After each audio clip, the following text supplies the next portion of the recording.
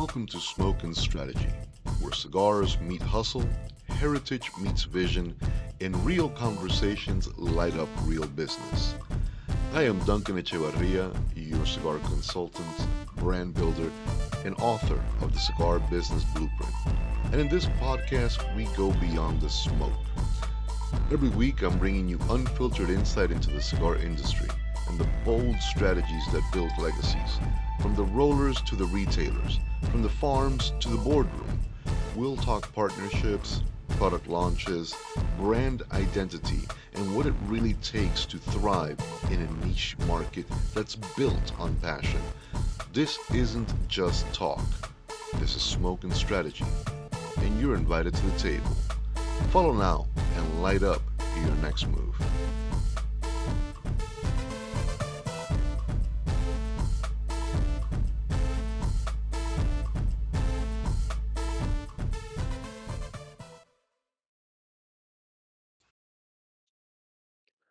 Hello, everyone. This is Duncan Ramon Echevarria. And if you're thinking about opening up a cigar lounge, well, don't light the fuse just yet, especially if you don't have a plan.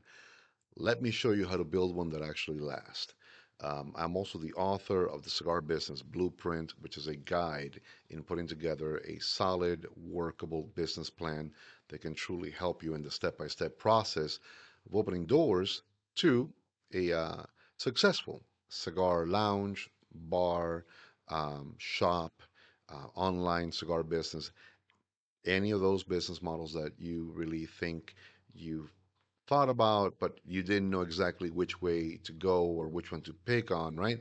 Because there's a number of different business models within this industry that, depending upon what you want to do and which way you want to go and how much you want to invest in, you could definitely, pick one and go for it full tilt. But before doing that, I stress again, just don't light that fuse and, just at least not without a solid business plan. Some of the things that I want to talk to you guys about today, of course, the number one and most, in my opinion, most important one when it comes to just putting together that model is which one are you going to be? Which one of those ones that I just mentioned are you going to be? Are you going to be a walk-in retail lounge?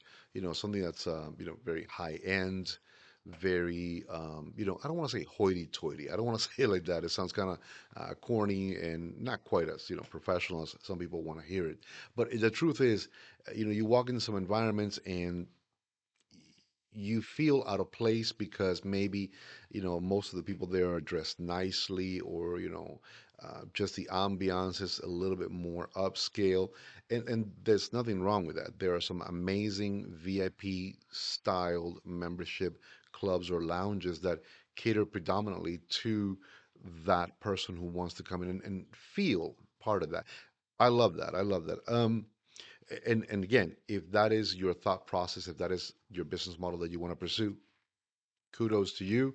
I've worked with a few of those in the past, and let me tell you, they're very enjoyable to put together. They're very enjoyable to work with the management team and the ownership team in putting them together. I love that. I think it's really really great, particularly because their vision is um, it's very upscale. I don't want to say it's, bourgeois or bourgeoisie, or hoity-toity, any of those funny words, right? To express that they're only for the affluent or the rich. I honestly think that most cigar lounges, cigar bars, or cigar shops are for everybody.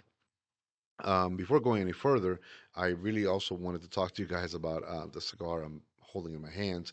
It's an amazing cigar. So I have some notes, and I'm gonna just refer to them real quick before I go absolutely crazy. And I think I can multitask with the best of them. I smoked the cigar a long, long time now. I'm a huge fan, as you guys know, of the Fuente brand of cigars, and just I'm completely enamored. Every time I find this one, I grab a bunch of them, if not outright, just a full box.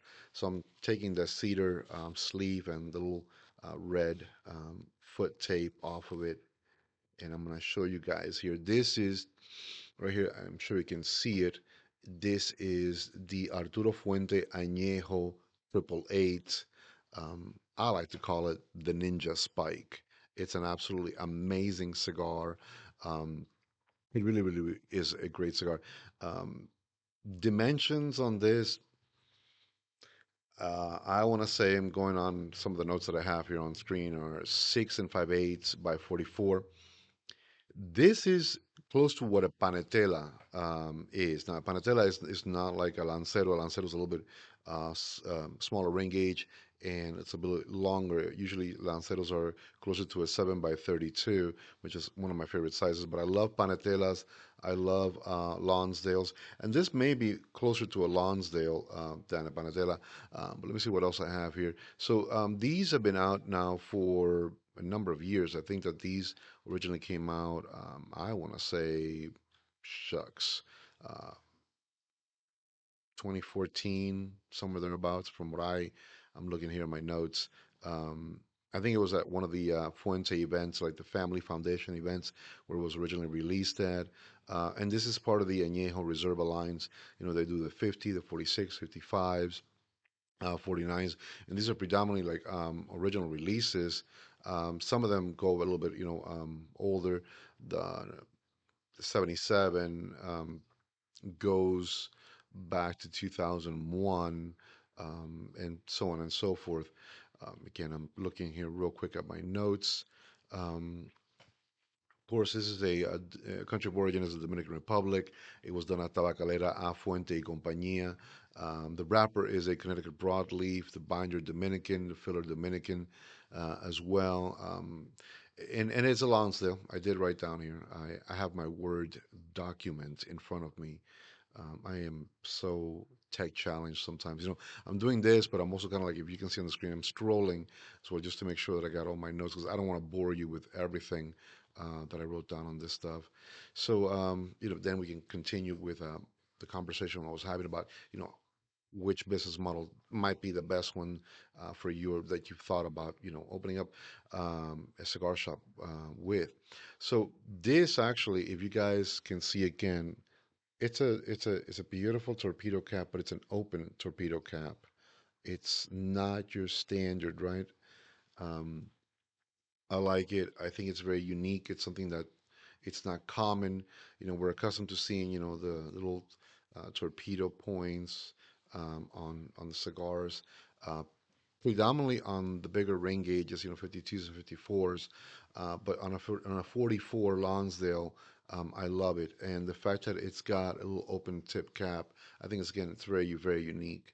Um, if I'm not mistaken, Carlito Fuente is a huge fan of the Lonsdale size, and this is a classic Cuban size also. So the Lonsdale, I'm going to say like this, most of the smaller ring gauge cigars are um, are closer to the true Cuban sizes. Um, Añejo it's just basically a word that means vintage or well aged. It's a I mean, just the initial aroma is absolutely phenomenal. Just really, really great. Let me see what else I wrote about the first one that I smoked. Enjoyable. You know, really, really great. I love this. So I'm gonna cut it. However you do it is how you do it. I'm gonna just go ahead and this one I'm going to take a little bit more off because I want a lot more airflow. That's my choice of, cutting a preference.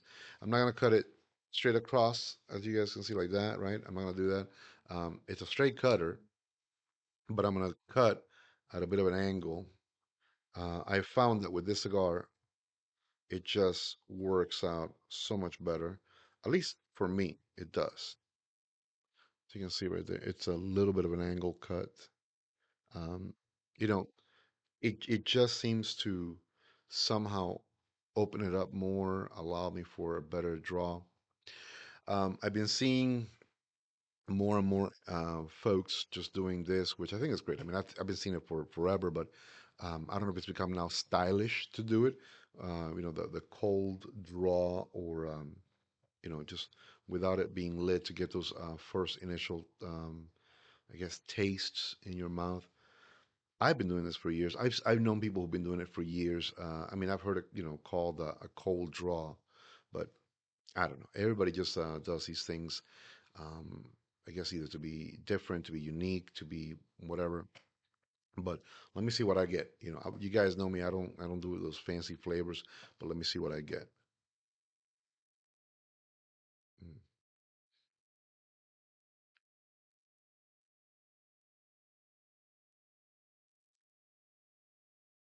I hate to say it like this, but the very first thing that popped into my mouth, well, that not popped into my mouth, popped into my head, and this is funny because you guys know I'm not gonna edit anything. So apparently now I got an eyelash on my left eye, and the first thing that popped into my mouth, of course, was a cigar. You idiots.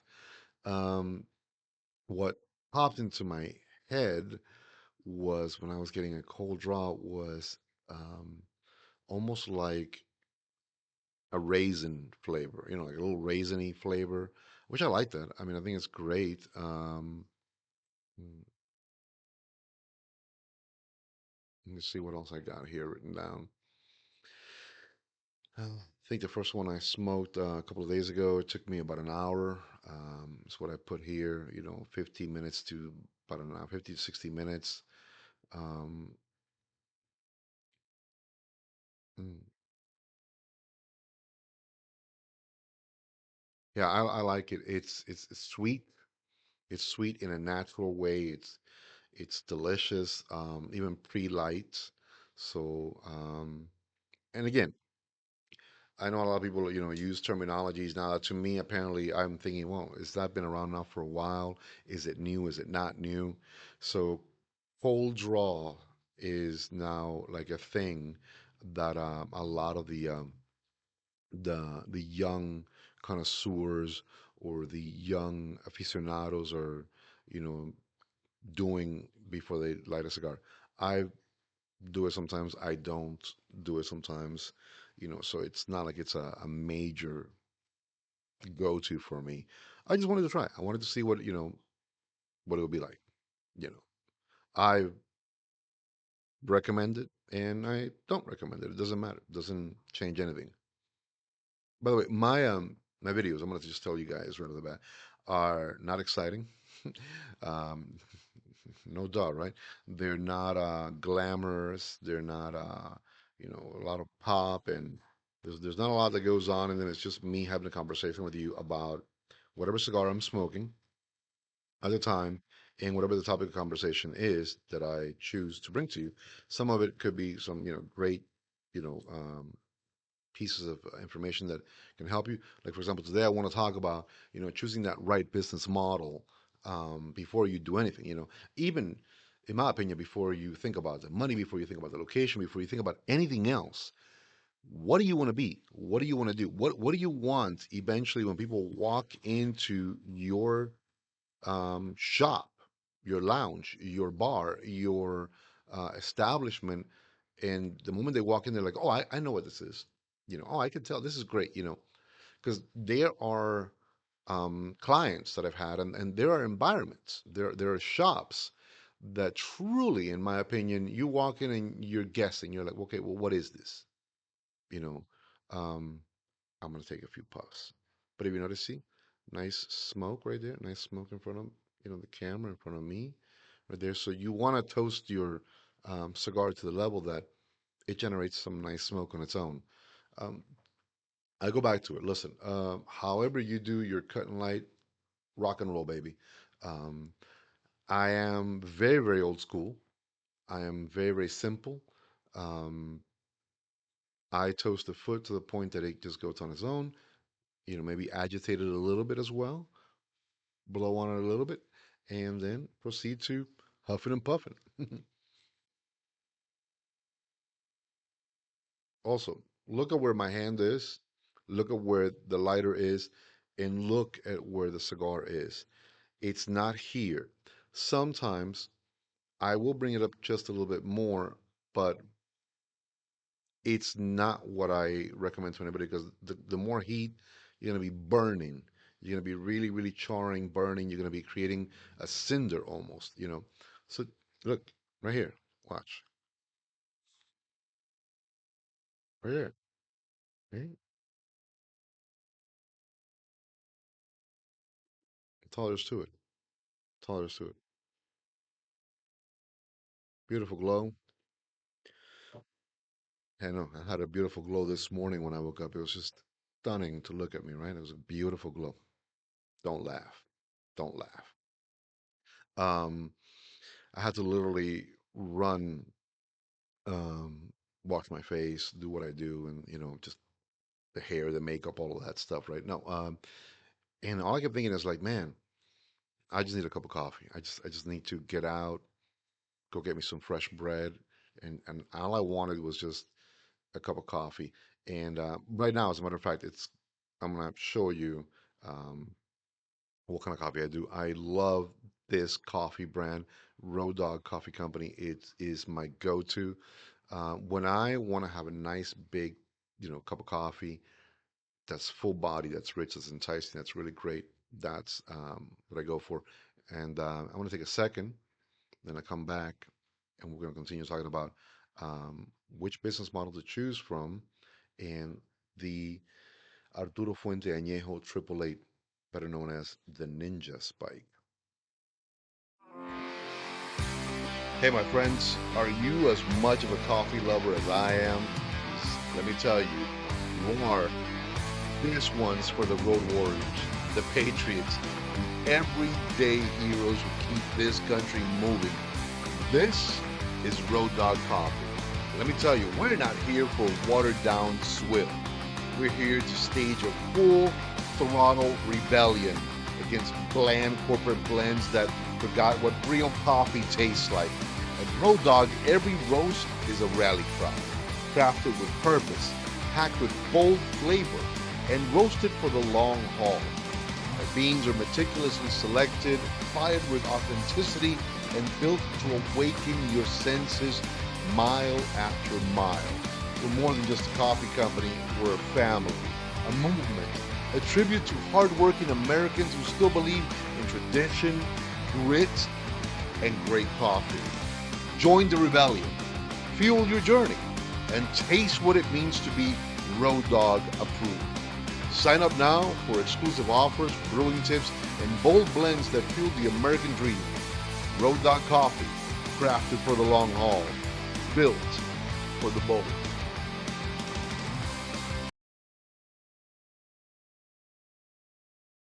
Okay, so we're back. Um, and it's funny, I was talking about coffee just a second ago. I didn't bring anything with me. I didn't bring a glass of water. I didn't bring anything with me. Today, I am just man, I don't know what's going on, right? It's been weird. It's been a weird week. Actually, not a weird week. Let me just say it like this. My partner just celebrated his birthday on July the 4th, right? What a great day to be born in. So we had a fantastic time this weekend celebrating that. I had family and friends showed up. We had a nice event, and it was just a lot of fun. It was just a lot of fun. But yeah, I mean, it was just I guess the amount of work leading up to it. Just getting the house ready, making sure you order the food, you order the cake, you did this, you did that. Um, I don't know. Maybe that took out a lot from me. I don't know. I don't know. But anyways, we had a great time. We had a great time. He had a fantastic time for his birthday. So that's great. I love that he was born on the 4th of July. That's awesome, right? Um, mm, look at that. Look at that. That's tasty. So now let's just go back in real quick here. You want to open up that cigar shop. Do you want to do a cigar shop? You want to open up a cigar bar. Do you want to do a cigar bar? You want to open up a cigar lounge. Do you want a cigar lounge? You need to really think, sit, and have a conversation with yourself. You know, what places have you been to that just really captured you? There are some amazingly great, and I mean great, mom and pop, small walk in cigar shops, where you walk in. you grab what you want and you leave. But their selection is so on point. The way they treat you is so nice, and they're a tiny little place, but they have been there forever, right? Well, they found what works for them. They nailed it. There we go. The first one missed. The second one caught on. They nailed it. And they understood, that maybe size was not what they wanted to do.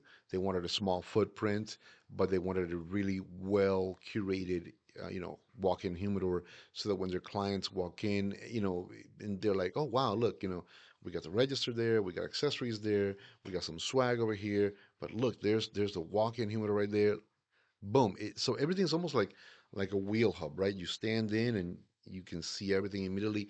And sometimes we want that flexibility because we don't have a lot of time, to go in and sit and relax and grab one and smoke one.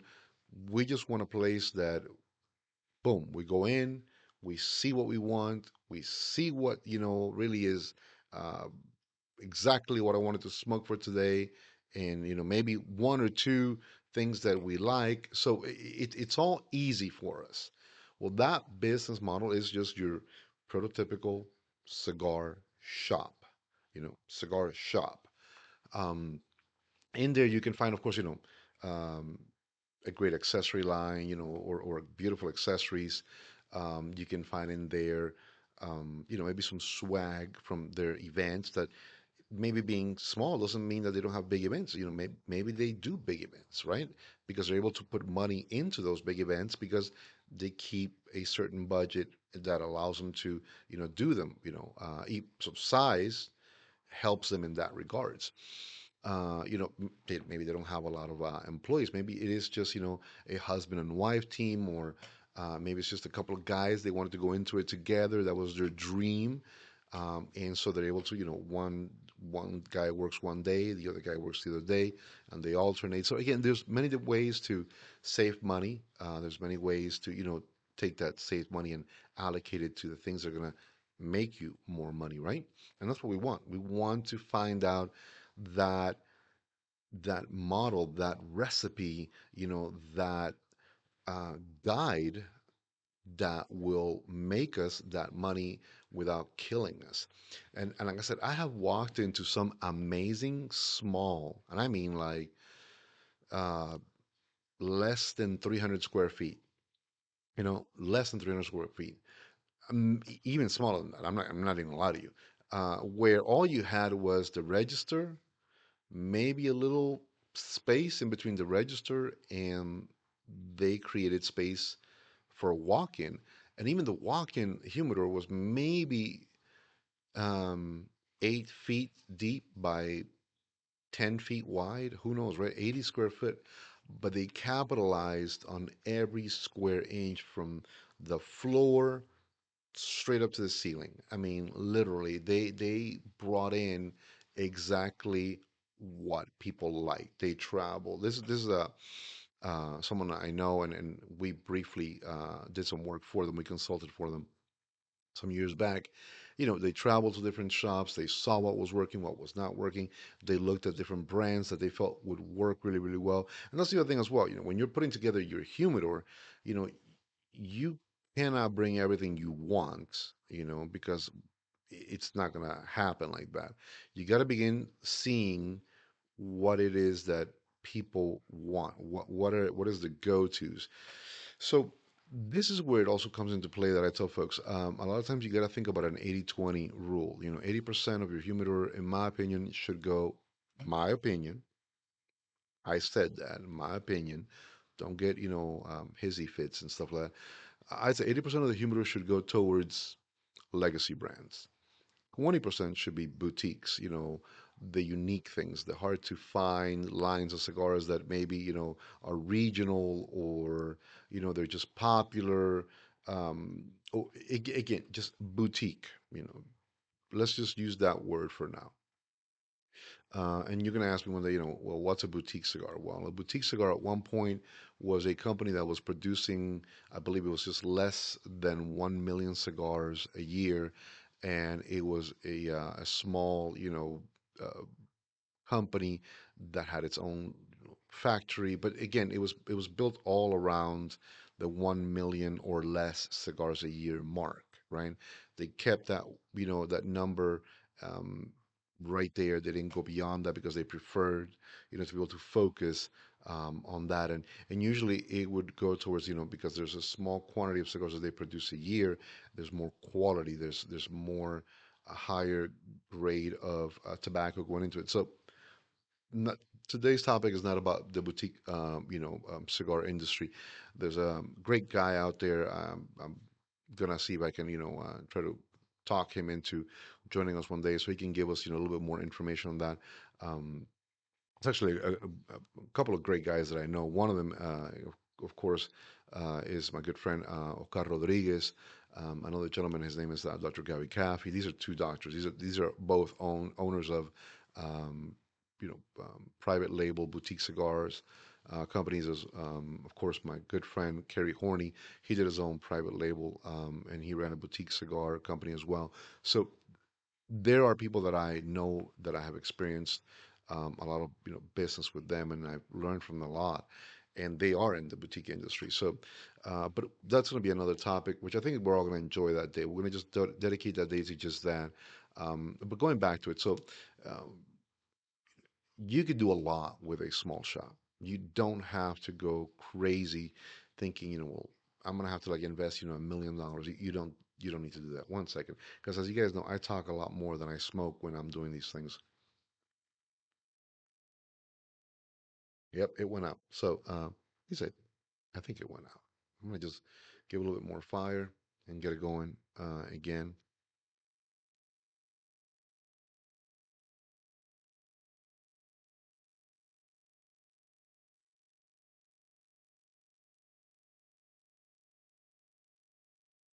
Here we go. So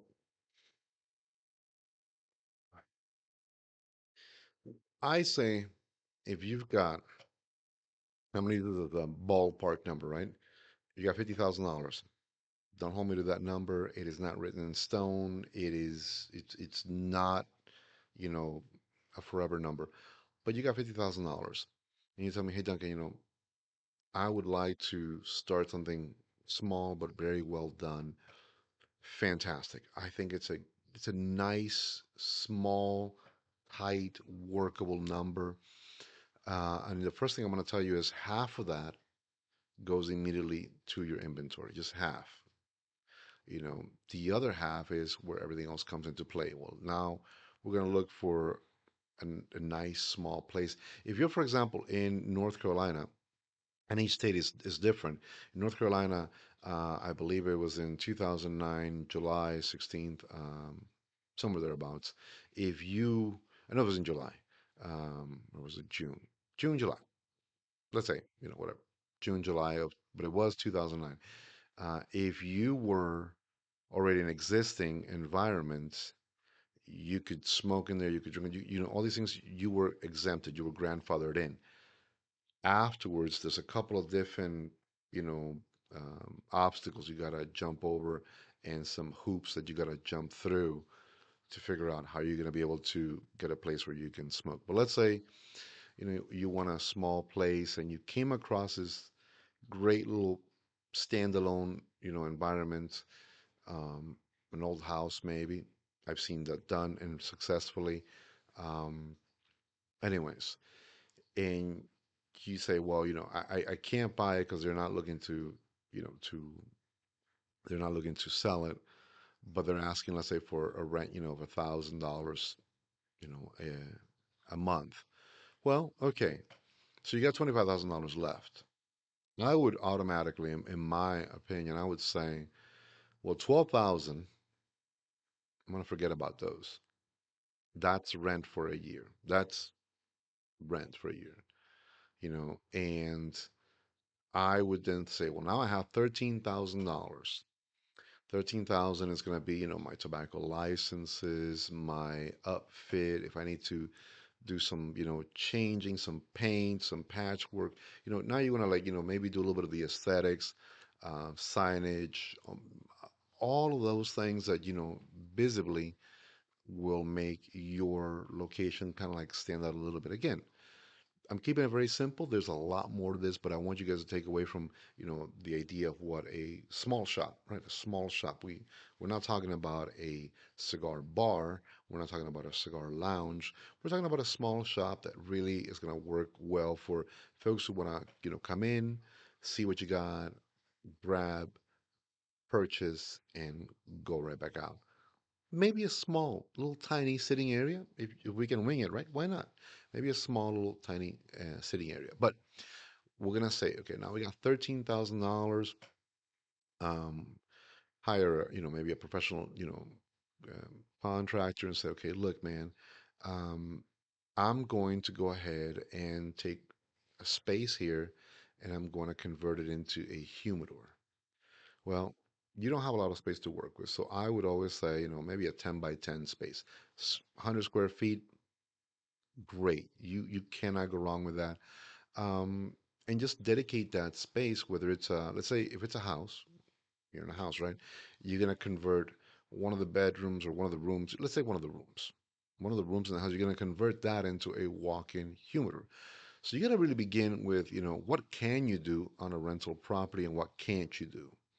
That means, a good relationship with that landlord. Well, the fact of the matter that you are telling the landlord, listen, man, I'm going to go ahead and give you upfront, you know, a year upfront. Here we go. Boom. I'm not going to see you for another year because I want to, do business for you like that. I love this space. This is it. So that landlord now is like, wow, man, this guy is for real. He just gave me a year upfront. I'm excited about it. So maybe he's gonna be a little bit more flexible. You just like, listen, I need to make sure that one of these rooms is sealed up properly tight. I'm gonna put some moisture barrier on the walls, and then on top of that, I'm gonna put some brand new, sheetrock. There's a type of sheetrock that is uh, it's more like cement. It's like Duroc. I forgot what the name of it is, but it's like a green one that is very mold resistant. So you can do that in that room. You can just cover the walls and that ceiling. Make sure that you're sealing everything correctly, because you want to protect it from humidity, escaping, right? And you want to create it as you want to make sure that is an environment that truly is conducive to maintaining the integrity of your cigars. I'm gonna go deeper into how to build a humidor, but I'm just giving you guys some sample thoughts on what paying that upfront lease, right, for a year, and I used $1,000 a month rent. If you can get that, God bless you. Like I said, I'm just using that as an example, but you got to factor in some of these things, as part of your plan. So say you got the lease paid out for a year, so you don't need to worry about that anymore. You get your GC, he's gonna build out, that space.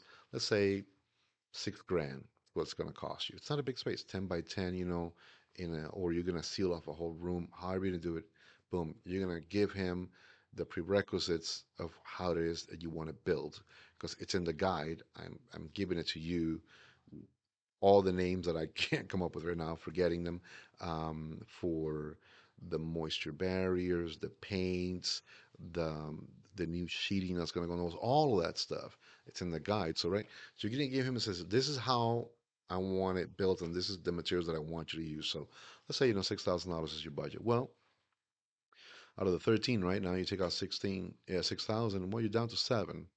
Okay. Well, there's a lot of great places, that you can you know, make nicer just by a beautiful, coat of paint, just something like that, right?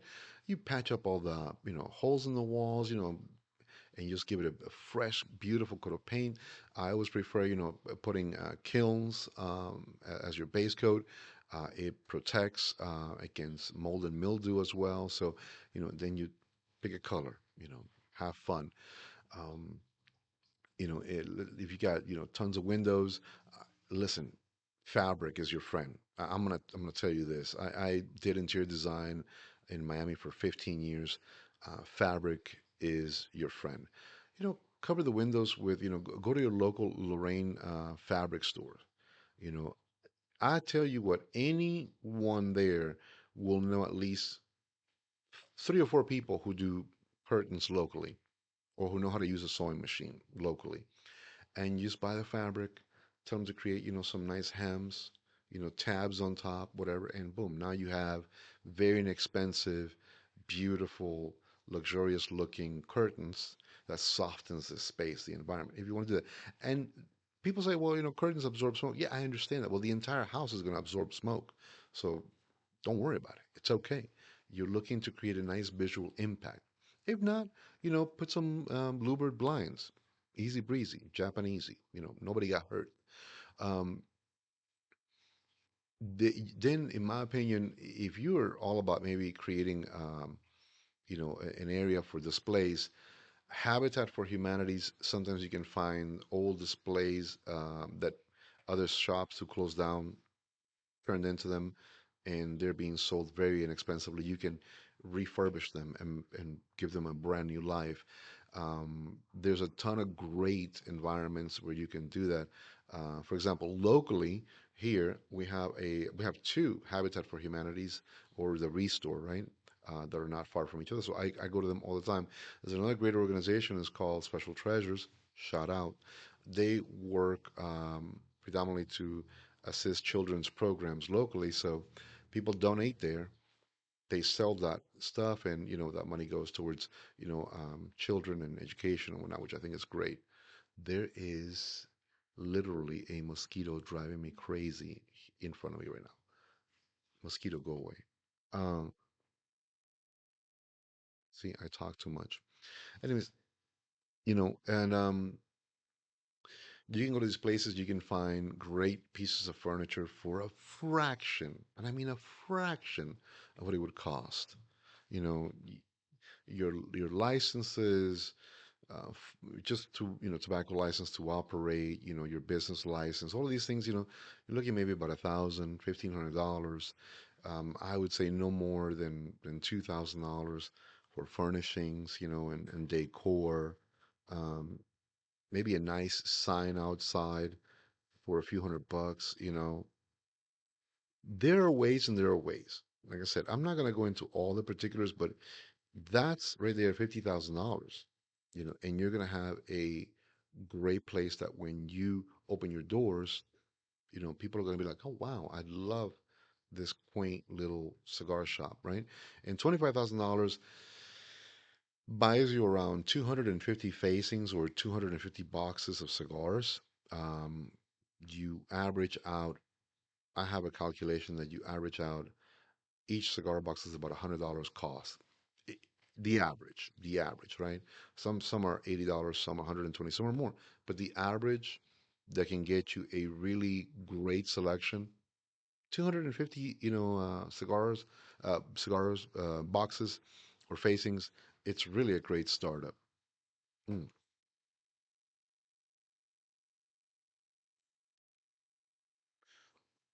And for example, I would really, say that whole 80/20 thing comes into play enormously. That's when you say, well, okay, 80% of my inventory, I got to focus on the legacy brands, what people are aware of, what's a go-to. And I'm going to hate to say it like this, but, for example, Cohiba, Macanudo, Monte Cristo, Punch, Partagas, CAO, brands that have been around for a while are going to be your go-to money makers pretty much from opening doors. Um, you go to companies like True Estate, they have a beautiful portfolio of great cigars that you can come in as well. And it's not considered a boutique company. It's a legacy company now, even though they haven't been around, for 50, 60, years or whatnot. But it's a legacy company because of its size and scale and the portfolio that they bring to bear, and they can do a lot for you as well. So you have General Cigars, Drew Estate, Altades. Um, Harder to get, of course, are the Fuente brands. But here's the thing about it: if you open up with J.C. Newman, after a year or so of working with J.C. Newman, you are able to buy into the Fuente brand, which is great. Nothing wrong with that. So, I mean, there's a lot of great brands that are very, very well known that you can open up your doors with, and they can start generating, sales for you. The 20% is what I would say it's like, your boutique brands. And one of my favorite all-time boutique brands, of course, is GTO cigars, of which I'm about to tell you a little bit more right now. So I'm going to take a second. I'm going to make sure that this cigar is well lit, and I'm going to come right back. But in the meantime, I'm going to tell you a little bit about my good friend, Dr. Oscar Rodriguez, and GTO cigars. My friends, did you know that since 1492 the Dominican Republic has been shaped by tobacco? But long before the Spaniards arrived, the Taino people were already using tobacco in ceremony, culture, and celebration. Today, in the heart of the Valle del Cibao, we carry that legacy forward also. Welcome to GTO Dominican Cigars, crafted by hand at Tabacalera GTO Dominicana using first generation Cuban seed tobacco grown in the richest soil in the Caribbean. Every cigar is aged to perfection, blended by the passion of one man, Dr. Oscar Rodriguez, a master of taste and tradition. From smooth, elegant smokes to full bodied powerhouses like the Painkiller, GTO is boutique, it's bold, and it's never rushed. Come discover the soul of the Dominican leaf. One cigar at a time. Remember, those who know smoke GTO. Thank you. Take care and keep it smoky.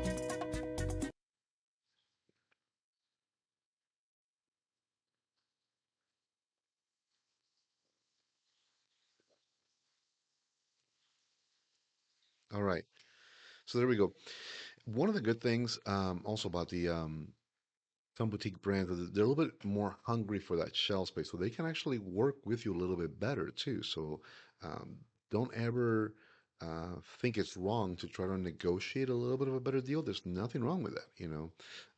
If you cannot buy, you know, 20 facings that they all have in their portfolio, for lack of better, number usage, say, hey, listen, all I can afford to do right now is buy maybe 10 facings. And 10 facings for a boutique company is great, because it's better than zero, right? So nothing wrong with that. The other thing is, you begin to look at how you're going to structure that in there. If it's a small space, I would never put anything in the center. No tables, just when you walk in, let a person be able to stand in the center of the humidor and kind of at a glance just see everything. And that's actually great. That's fun. That makes it easy for people who are just, I'm in a rush. I got to do this. Let me get in. Let me grab it and get the heck out of Dodge. That's just perfect. Do not think that you're doing anything wrong with that, because you're not. That's okay. When you're looking to build a humidor that is 500 square feet, and you want to have, maybe aisles, or a showcase table where all the brand new stuff gets on it, not a problem. There is another conversation for that as well. There is another topic for that as well that we're going to go a little bit, more deeper. Today, I just really want to talk to about what a small cigar shop is and how much fun those can be. I mean, honestly, I have a great time sometimes just going into a small place, because, as I said earlier, maybe if you have in this, theoretical house that now you're turning into a cigar shop, you have a little space, maybe the living room, maybe that living room area is now where people congregate, or maybe it's that, back, um, dining area, the dining hall is where now people are like, you got 6 chairs, maybe 8 chairs, and it's still a quick in and out shop. But sometimes, you get the occasional guy who can spend a little time, and you start building that, right? You start building that. So I love those environments because, I have a lot of great fun in them. Um, I remember there was this great shop, I visited a few times back in the days, the Pipe and Pint. You know, Literally, it was a converted house. I absolutely love it. I think it was Pete and Larry. If I'm not mistaken, the original owners. I think they sold. I don't know, but I went to the original one, and it was in Greensboro, North Carolina, or was it High Point? I want to say Greensboro in North Carolina. Yep. And let me tell you, it was just a great, great, great spot. For those who don't know, also the original Havana Phil's, may he rest in soul, Pete Siegler, he was also, I think, the original one was was a converted house, a converted little property. So you could do a lot, with some of these spaces, like a lot, and that gives you the flexibility to maybe, you know, build up that customer support, um, you know, the fact that you're so dedicated to making sure that you give them great customer service, that you're building a great space for them, that you're truly building something that is, it's small, but it's quality. So, 3, 4, 5, maybe, 6 years down the line, when you are saying, well, now I need to spread my wings. I need to expand. I need to get bigger, right? Well, maybe then all of those people that were a part of that are going to be your very first, customers at the new location. They're going to be your push, your drive. They're going to be your biggest support system, your base foundation for creating that next level, right? That is a fantastic way to approach, opening up a small, well crafted, well done cigar shop. And I love that. I love that. I have nothing but the utmost respect for the men and women who start out small. I really, really love those people because they say, well, look, all I had was 50 grand. All I had was, $40,000. All I had was $60,000. This is all I had. It was just everything I had, and it was the greatest experience transforming, that little business model into this dream business. And now I'm ready to go next level. Now I'm ready to just take it up a couple of notches, So there are other business models. We're going to talk about them. Today, I really wanted to just talk to you guys about it's okay to say, I'm going to be a small cigar shop. I'm going to be a place where people come in, grab the cigars, and go right back out. But they're grabbing exactly what they want. They're finding what they love. And we're treating them like kings and queens. We are treating them like, you know what? Customer first service. That's it right there. Customer first service. And I love that. Never ever discount a place because of its size. I've known many small shops that outpace the big boys. It's nonstop turnover, turnover. Man, they are going through their inventory like monsters, and that's awesome. Mm. It's still lit. It's still lit. Calm down. Calm down. Um, I love just to go back to this. I love anything añejo. These come out once a year or so, or twice a year. I think it's for Father's Day, and for the holidays. That's when they come out. Um, every chance I get to grab this one, I love it. It's a very unique size. It's a very different size. It is a Lonsdale torpedo, or as I call it, the Ninja Spike. Um, it's a fantastic smoke, really, really lovely. Um, it's full, it's rich, it's not heavy, and it's not strong, but it is a very full-bodied, very rich flavored cigar, and I absolutely, absolutely adore it. Um, I don't like big ring gauges. I really don't. I'll smoke them. I just don't gravitate to them. And the Lonsdale, the Panetelas, the Lanceros, Petit Coronas, those are like my go-tos. Just they're just amazing. I think that they pack more. I want to say like this. They pack more punch, some of the bigger stuff. But if you talk a lot like me, you got to dedicate a little bit of time to them so they don't keep going out on you. So this is definitely not the fault of the cigar. It's not it. It's my fault. Um, I'm gonna go back and tell you guys this much. Being that I didn't go deep into it, like when you're looking at your budgets, right? I said 80% of it should, be for legacy, 20% for boutiques and whatnot. There's nothing wrong with that, but you should leave a little bit of money for accessories, right? I have like 38 million. Like, if you guys see over here, it's like a row of lighters there. And the one that I have in my hand, in front of me, I got about six cutters. Um, if you find yourself gravitating towards, like, the unique, very hard to find, very pretty lighters, cutters, even ashtrays, or things that are just one of a kinds or one ofs, I got a guy, and let me tell you, Steve Mann is my go-to when I'm in the need for something, a unique gift. Steve Mann is the owner of Stogie Hub, and he is just a guy. I'm about to tell you a little bit more about him in a second. So listen up and take notice. Steve Mann is your go-to guy.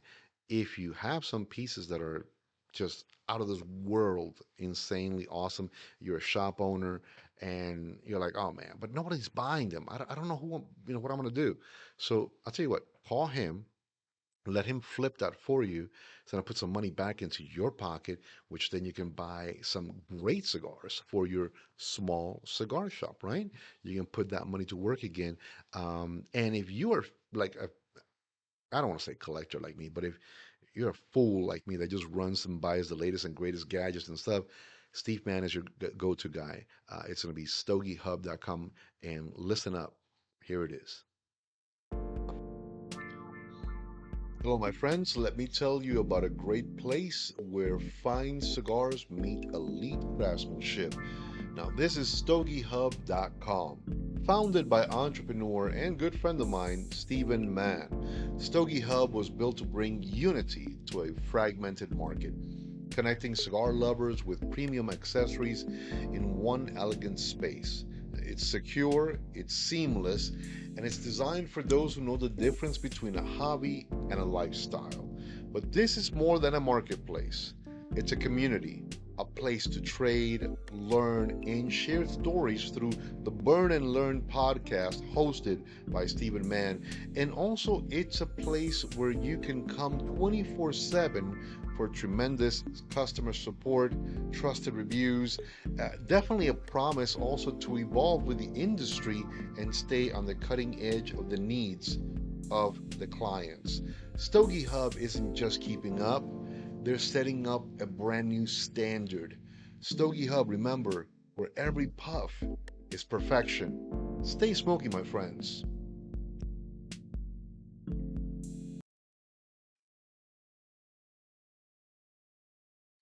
All right. Like I said, he's such a fantastic guy. Um, love him to death. He's got a fantastic podcast also, which I tell you a little bit about that on that commercial break right there. Um, I'm gonna relight. I'm gonna give it a little bit more fire. I'm gonna go back to it. Coming up on the last couple of minutes here. I want to say thank you. If you have hung in there like a beast, uh, thank you. I told you, it's my podcast. It's not about flash and pomp and the most latest and the greatest. I'm not one of these like super energetic, voicey guys. No, I have conversations about what I'm smoking, what I love to smoke, what I enjoy smoking, what I will always go back to smoke. And we're going to be doing conversations on the Cigar Business Blueprint, which is the book that I authored. And we're gonna break it down. We're gonna talk about, like, today was a cigar shop, a small cigar shop. That's all that it was. I didn't want to overwhelm anybody with everything else, but it was just a small cigar shop. There's, like I said, the VIP membership only lounge. We're gonna dive into that one. I'm gonna tell you pros and cons there. There are just regular cigar lounges, which kudos.